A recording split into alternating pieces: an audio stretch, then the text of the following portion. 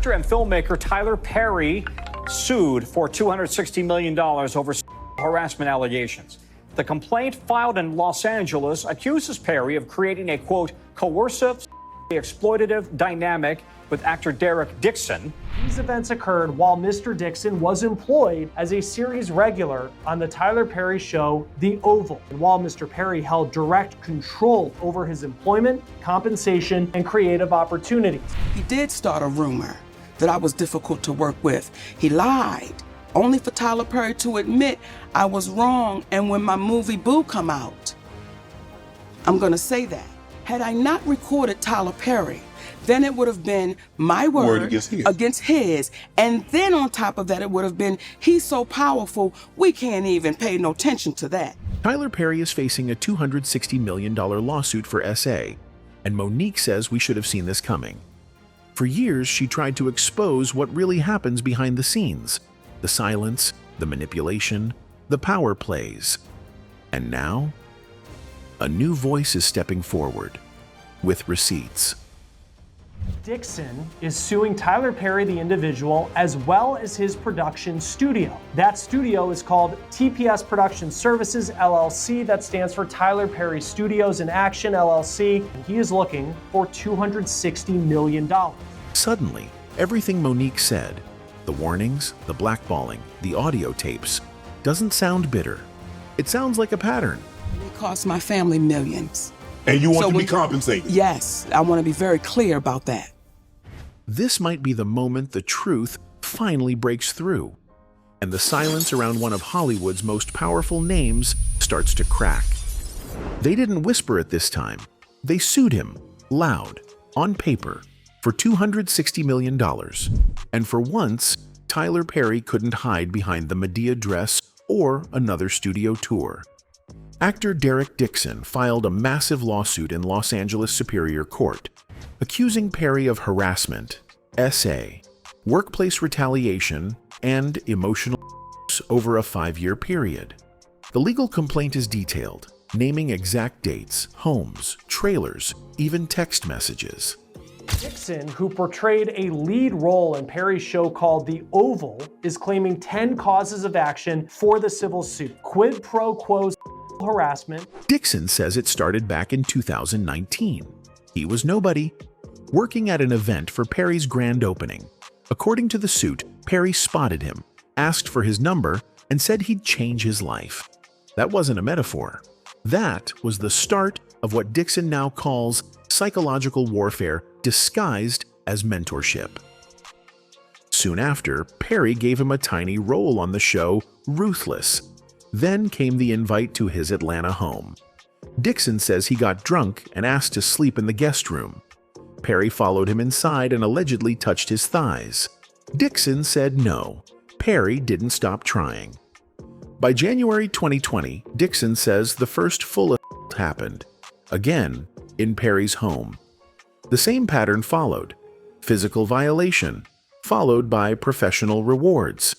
He was cast as Dale on The Oval, and within weeks, Perry's messages allegedly turned flirty texts, late-night calls, suggestions about loyalty, and one particularly disturbing message: what's it going to take for you to have guiltless S? Dixon says he tried to laugh it off, navigate the awkwardness, because this was Tyler Perry, the boss, the empire, the man who could kill your character or your career. And in his case, both. According to court records, every time Dixon pulled back, Perry got aggressive. The finale of Season 1. Dale, Dixon's character, was shot 4 times in the chest. A warning, according to Dixon. Either play along or play dead. These events occurred while Mr. Dixon was employed as a series regular on the Tyler Perry show, The Oval, and while Mr. Perry held direct control over his employment, compensation, and creative opportunities. After trying to distance himself, Dixon says Perry pulled him back in with a new promise: Losing It, a pilot show that Perry said he'd produce, but Dixon claims it was just bait, a new way to keep him close, quiet, and hopeful. Until he couldn't take it anymore. In June 2024, Dixon filed a formal complaint with the EEOC. When nothing changed, he left the Oval, along with $400,000 in lost earnings and years of trauma. Perry's legal team has called it all a scam, said Dixon is lying, said Tyler won't be shaken down. But this time, it isn't just one man's word against another. There are texts. There's a diagnosis of PTSD. There are dates. There's a timeline. And there's Monique, standing on the sidelines like she's been here before. Had I not recorded Tyler Perry, then it would have been my word against his. And then on top of that, it would have been, he's so powerful, we can't even pay no attention to that. It's one thing to accuse a Hollywood mogul of misconduct. It's another to walk the public through every minute of it. Derek Dixon didn't just file a lawsuit. He laid out a story of coercion and psychological control. From the moment he met Tyler Perry at a 2019 studio launch party in Atlanta, his life changed, but not the way he expected. He wasn't a known actor. He was part of the event staff, just another face in the crowd. But according to court documents, Perry handpicked him, said he saw something in him, asked for his number, promised to get him a role. Soon, Dixon had a small part on Perry's Ruthless. Then, Perry invited him over to his home again, where things crossed the line for the first time. Dixon says he was drinking, asked to crash in a spare room, and woke up with Perry allegedly in his bed, groping his thighs. He claims that while he was asleep, Perry climbed into bed with him and tried to initiate sex. Dixon says he tried to distance himself from Perry, but he was offered a role on Perry's show, The Oval. Still, Dixon didn't speak out. He didn't feel like he could. He wasn't just afraid of losing a job. He was afraid of being blacklisted, afraid of being difficult, afraid, honestly, that no one would believe him. So he stayed silent. That silence, he says, opened the door to more. Perry allegedly kept texting him, often charged messages, asking about preferences, probing about fantasies. The tone was clear, and according to Dixon, so was the threat. If you don't engage, your character dies. And it wasn't just a figure of speech. In season 1 of The Oval, Dixon's character, Dale, is shot 4 times in the chest in the finale. Then came the Bahamas trip in 2020, another alleged, this time while traveling with the cast, then another in his trailer after filming. According to Dixon, Perry allegedly pinned him against a wall and him. Each time Dixon rejected him, he says Perry became colder, more controlling. But it wasn't just about sex. Dixon says Perry dangled dreams in front of him, promised to produce Losing It, a show Dixon had been developing, said he'd make him a star, then kept the rights and ghosted him. By 2023, Dixon had moved to California trying to escape, but the damage was already done. He'd been diagnosed with PTSD, suffered from severe anxiety and depression, and lost not only income, but belief in himself. The longer you read through the case, the clearer the pattern becomes. The promises, the power plays, the isolation, the threats. It all matches a blueprint we've seen before, but rarely so detailed. And the deeper it gets, the more it echoes something that was said years ago by someone Hollywood tried to silence. In any case, long before the lawsuit, long before the headlines, there was already a woman shouting into the void. And that woman was Monique. People better be glad my husband is by my side.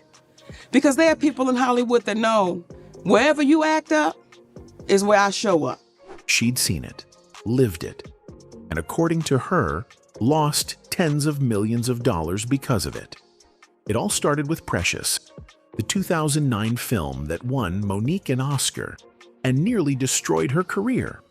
After refusing to travel overseas to promote the movie without compensation, Monique says Tyler Perry, Lee Daniels, and Oprah Winfrey labeled her difficult, a word that became poison, a word that blacklisted her from the very industry she helped build.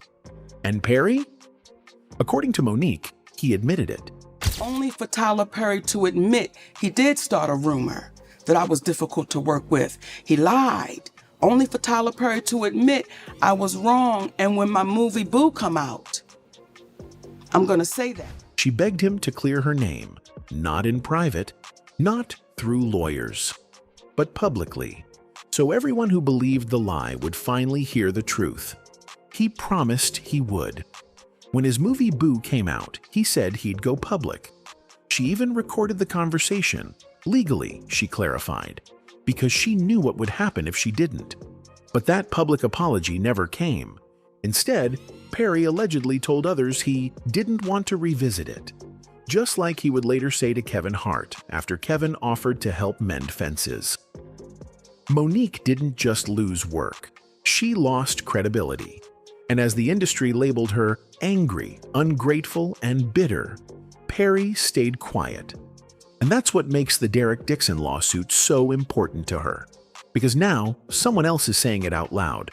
The same words, the same pattern, the same pain. A powerful man making promises, offering opportunity, then using silence and fear as leverage. Sound familiar? It's not just about Perry allegedly young actors in trailers. It's about the machine that protected him, the silence that surrounded him, the doors that closed behind Monique, even after an Oscar. She's not just seeking revenge, she's demanding public accountability and compensation. She's been clear about that. This isn't about letting it go. This is about making it right. And if the industry had listened to her warning years ago, maybe Derek Dixon wouldn't be fighting the same battle today. In Hollywood, silence isn't just survival, it's currency. And when Monique broke that silence by hitting record, everything changed. Monique didn't just accuse Tyler Perry of sabotaging her career. She brought receipts, a private conversation, a confession. Perry admitting he called her difficult, and that the label was untrue. That audio, legally recorded, was sent to civil rights figures, industry friends, and even public advocates. But the more she shared it, the quieter everyone else became. Reverend Al Sharpton, who had initially supported her after hearing the tape, disappeared. The next time she saw him, he was on stage praising Tyler Perry, while flying on his private jet. Monique called it what it was, the cost of complicity. We didn't hear from Al Sharpton for 6 months. The next time we saw Al Sharpton, he was on a podium talking about we don't need to fly commercial because we can fly Tyler Perry's private jet. Then came Stephanie Mills. Monique asked her to intervene. Stephanie called Perry, and he agreed to meet, but only without Monique's husband present. That was the condition. Monique refused. Because that's the trick, she said. Get the target alone, without witnesses, without protection, without backup. The same environment Derek Dixon described, isolated, manipulated, and surrounded by silence. And even when others tried to help, like Kevin Hart, the silence returned. Monique says Kevin offered to partner with her, even produce her show. He had her back, until his manager, Dave Becky, called their production partner and shut it all down. And Dave Becky said Kevin doesn't want anything to do with Monique. So whatever she told y'all, he doesn't want to do anything with her, nothing. You know, he doesn't want any kind of relationship with Monique. Monique called Kevin directly. He blamed it on miscommunication, promised to talk soon. That was 2 years ago. She never heard from him again. The deeper Monique pushed for the truth, the louder the backlash became. Suddenly, she was labeled bitter, angry, hard to work with. The same words the industry used on Dixon, indirectly. When he rejected Perry's alleged advances, his character was shot 4 times on the Oval. Then Perry offered to buy his pilot, losing it. But according to Dixon, that was never about launching his show. It was about keeping him quiet. And when Dixon filed his EEOC complaint in 2024, Perry didn't back down. He allegedly used fixers to offer him a raise, then disappeared. That show never aired. Dixon left the Oval, and his career went dark. Monique says it's all the same pattern. Use power to isolate, manipulate, silence, then deny. And if you push back, they call you the problem. You don't survive in Hollywood just by being talented. You survive by staying quiet, staying useful, and never calling out the gatekeepers. But Monique did, and she learned exactly what that costs. For years, Monique has said the same names: Tyler Perry, Oprah Winfrey, Lee Daniels. But there was one moment that pushed her past the point of no return, when Oprah invited her estranged family onto national television to discuss her childhood trauma, without her consent. Oprah Winfrey, you know what you need to do, and stop hiding behind what you call was negative comments, what you call, oh, I don't even deal with things like that, because what people are beginning to do is see you for who you are. She says Oprah offered private sympathy, telling her husband, I understand, you're right. But in public, nothing. No support, no correction, no apology. And when Monique confronted her about it, she says Oprah dodged, just like Perry. Monique wasn't asking for pity. She was demanding accountability, and she wasn't alone. She brought up Kevin Hart, not to attack him, but to highlight how fast things shift when the gatekeepers make a call. Kevin, she said, had her back. He even wrote her a check when her family was struggling. He promised to produce with her, to get involved. Until suddenly, he didn't. She called Kevin herself. He said it was a miscommunication. Promised they'd talk next week. That was 2 years ago. She hasn't heard from him since. So what changed? That's the question nobody wants to answer. Because behind every shift, behind every silence, is someone with money, with access, with power, and sometimes with a jet. Monique said it plainly. These people don't want to revisit the truth, because then they'd have to admit they built empires on lies. She pointed to the funeral of Angie Stone, where Perry gave a speech about mistreatment in the industry, and said he was the one mistreating people. He just didn't think anyone would call him out for it. And Oprah? She's gone radio silent. Not a single public comment on Monique's accusations. Not a single response to the recorded conversations or the call to appear together publicly. Monique says that silence is the cover-up. And now, with Derek Dixon's lawsuit on the table, she's daring the industry to pretend they didn't see this coming. Because she's been telling us, and she's got the tapes to prove it. They call her bitter, angry, difficult. But Monique calls herself something else, undefeated. Because after all the years of rumors, retaliation, and whispers, she's still standing.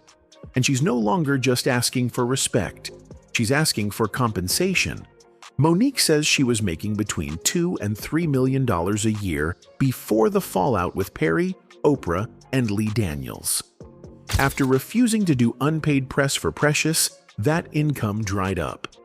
She believes Perry's rumor that she was difficult to work with shut every door, not because it was true, but because it was him. And she's not relying on sympathy. She's relying on evidence. Audio recordings, direct admissions, conversations with Tyler Perry where he allegedly confesses to starting the rumor, and even promises to fix it. Monique kept waiting, but all she got was silence, then avoidance, then conditions, like Perry saying he'd only meet with her if her husband wasn't present. That's when she stopped waiting for closure and started demanding justice. She wants Perry to publicly admit what he said in private. She wants financial reparations for the opportunities she lost. And she wants Oprah to acknowledge how her choices, especially airing Monique's family drama, contributed to the public perception that Monique was unstable. Why would you have my mother on your show? This is from... In front of everyone. She's not looking for a job. She's not looking to be invited back to brunch. She wants accountability for herself, for her family, and now for Derek Dixon.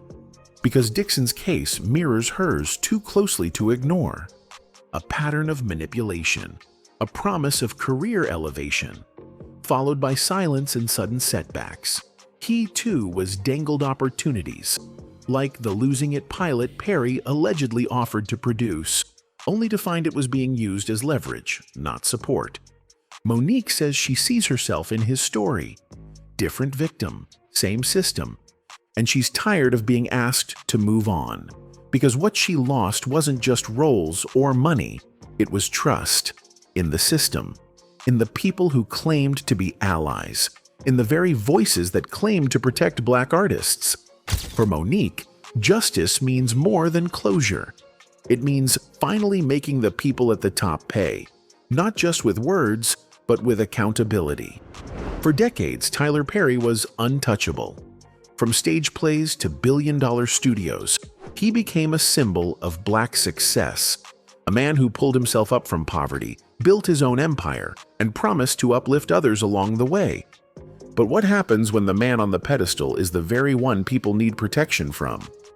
The lawsuit from Dixon isn't just a scandal, it's a threat to the foundation Perry built. Because if these allegations are proven, if he really did use his power to sexually exploit a younger actor, retaliate when rejected, and buy silence with promises, then everything he's built becomes evidence. Evidence of how can hide behind philanthropy, how power shields people from consequence, and how silence, even when bought, never lasts forever.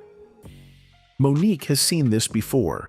The same studios that praise Black excellence behind the mic will turn their backs on the people hurt behind the scenes.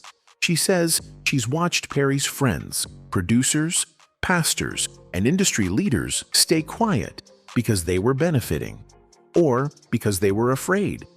And if the lawsuit opens the floodgates, if Dixon isn't the only one, then the myth of Tyler Perry, the benevolent creator, the community kingmaker, crumbles. The implications are massive. Perry owns his own studio, controls his own productions, hires his own writers.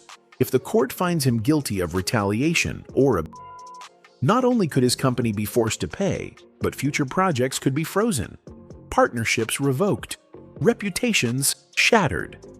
And for the industry, it could trigger a deeper conversation about accountability, not just for white executives, but for Black gatekeepers too, the ones who hide behind representation while exploiting the very people they claim to uplift. Monique has been saying this for over a decade, that it's not just about race, it's about power, and how that power is used to silence the most vulnerable. So what happens if Tyler Perry falls? Maybe the industry finally learns that representation means nothing without integrity. That image doesn't equal safety. That building a studio isn't the same as building a legacy. Anyway, that's it for this video, folks. Bye.